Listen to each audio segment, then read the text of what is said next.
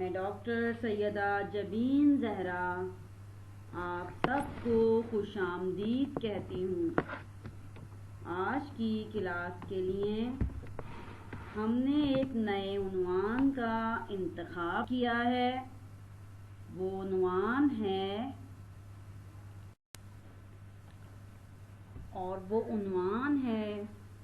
والدین کی فرما برداری۔ جیسا کہ آپ جانتے ہیں کہ معاشرے میں انسان کو جن ہستیوں سے سب سے زیادہ مدد ملتی ہے وہ ہیں ہمارے والدین۔ یقیناً پروردگار عالم نے والدین کو رتبہ عظیم عطا کر کے انہیں تربیت اولاد کا بہترین ذریعہ قرار دیا ہے، کیونکہ والدین کی عظمت بیان کرنے سے، ان کی فضیلت بیان کرنے سے ہماری زبان عاجز ہے، کیونکہ یہی والدین اولاد کے وجود کا ذریعہ بنتے ہیں۔ اور اگر میں یہ کہہ دوں تو غلط نہ ہوگا کہ یہی والدین اولاد کی زندگی کی بنیاد بنتے ہیں، اور پھر اپنی اولاد کو مادی اور معنوی ترقی دینے کے لیے طرح طرح کی تکلیفیں برداشت کرتے ہوئے بھی خوشی محسوس کرتے ہیں۔ تو یہی وجہ ہے کہ پروردگار عالم نے قرآن مجید میں جا بجا والدین کے ساتھ نیکی کرنے کا حکم دیا ہے، اور صرف زندگی میں ہی ان سے نیکی کرنے کا حکم نہیں دیا بلکہ مرنے کے بعد بھی ان سے نیکی کا حکم ہے۔ تو سوال یہ پیدا ہوتا ہے کہ مرنے کے بعد ان سے نیکی کیسے کی جائے؟ تو دیکھیں، مرنے کے بعد ان سے نیکی اس طرح کی جائے کہ ان کے لیے دعائے مغفرت کی جائے۔ تو جب بھی ہمارے ذہن میں ماں یا باپ کا لفظ آتا ہے، پیار و محبت، خلوص و شفقت جیسے احساسات جو ہیں وہ ذہن میں سمٹ آتے ہیں، کیونکہ کسی بھی انسان کا، کسی بھی بچے کا حسن خلق اس کے والدین کی تربیت کردار ہی کا نتیجہ ہوتا ہے۔ تو ہم دیکھتے ہیں کہ پروردگار عالم نے والدین کے مقام و مرتبے کو قرآن مجید میں کس طرح واضح کیا ہے۔ تو ہم نے آپ کے لیے ویڈیو کلپ بنایا ہے، اسے غور سے سنیے، پڑھیے اور پھر ہمیں رپلائی کیجیے کہ آپ نے کیا سمجھا اور اس سے کیا آپ کے سمجھ میں آیا۔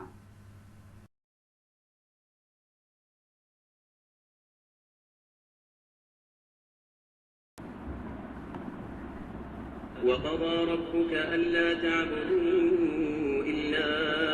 إِيَّاهُ وَبِالْوَالِدَيْنِ إِحْسَانًا إِمَّا يَبْلُغَنَّ عِندَكَ الْكِبَرَ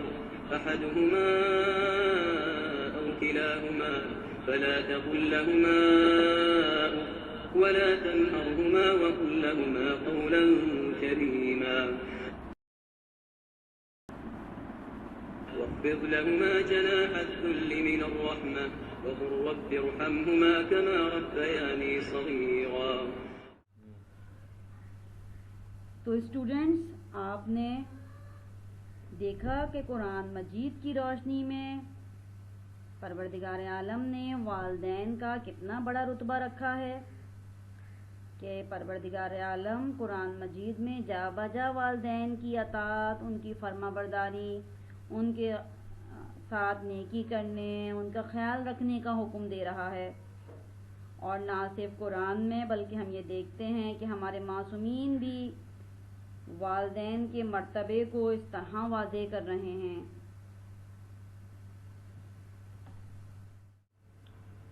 اور ہمارے پیارے نبی حضرت محمد مصطفیٰ صلی اللہ علیہ وآلہ وسلم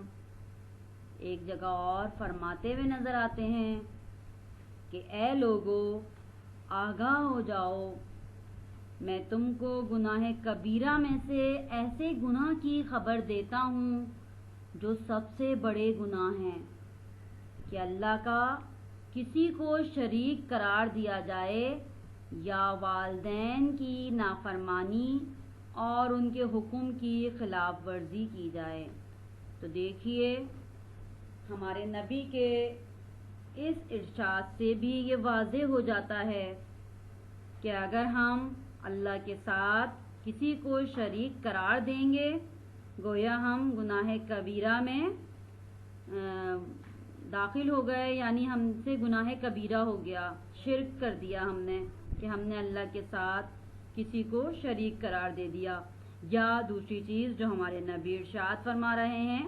کہ والدین کی نافرمانی اور ان کے حکم کی خلاف ورزی، یعنی اگر ہم والدین کا کہنا نہیں سن رہے یا جو وہ حکم دے رہے ہیں ہم اس کے خلاف کام کر رہے ہیں تو یہ بھی بڑے گناہ میں شامل ہے۔ جی اسٹوڈنٹس، تو والدین کی اہمیت اور فضیلت کو مزید سمجھنے کے لیے ہم سرکار دو عالم حضرت محمد مصطفیٰ صلی اللہ علیہ وآلہ وسلم کا فرمان دیکھتے ہیں کہ آپ ارشاد فرما رہے ہیں، یعنی خدا جن جن گناہوں کو چاہے گا ان پر سزا دینے کو قیامت تک ملتوی فرمائے گا، مگر والدین کی نافرمانی کا گناہ اس قدر شدید ہے کہ اس کی سزا انسان کو مرنے سے پہلے ہی دے دی جاتی ہے اور اس کی سزا کو قیامت تک ملتوی نہیں کیا جاتا۔ تو دیکھیے یہاں بھی فرمان رسول صلی اللہ علیہ وآلہ وسلم سے یہ بات واضح ہو رہی ہے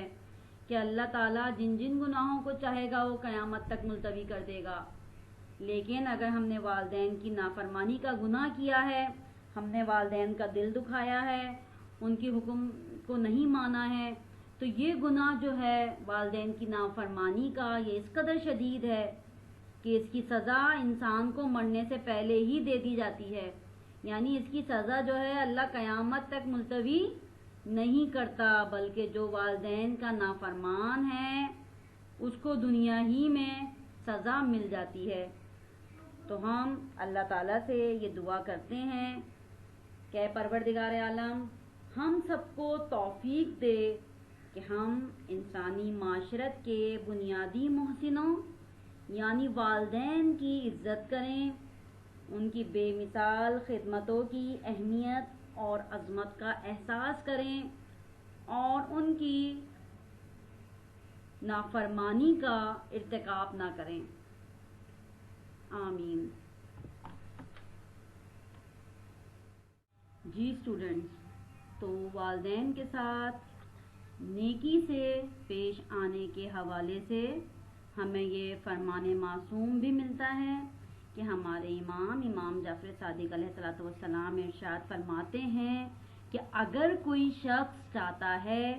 کہ اس پر موت کی سختی کو کم کر دیا جائے تو اسے چاہیے کہ وہ صلہ رحمی کرے، اور صلہ رحمی میں سب سے پہلے والدین سے نیکی کرے۔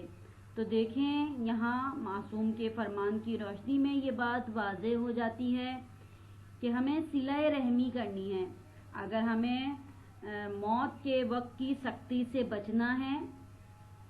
تو ہمیں صلہ رحمی کرنی ہوگی۔ اب یہ صلہ رحمی کیا ہے تو دیکھیں، رشتہ داری کا حق ادا کرنے کو عربی زبان میں صلہ رحم کہتے ہیں، اور اس کے مقابلے پر ایک دوسرا لفظ ہے جسے قطع رحم کہتے ہیں، جس کے معنی ہیں رشتہ داروں کا حق ادا نہ کرنا۔ تو یہاں معصوم جو ہے یہ ارشاد فرما رہے ہیں کہ رشتہ داروں کے حقوق کو ادا کیا جائے، اور ان حقوق میں سب سے پہلے والدین کے حقوق کی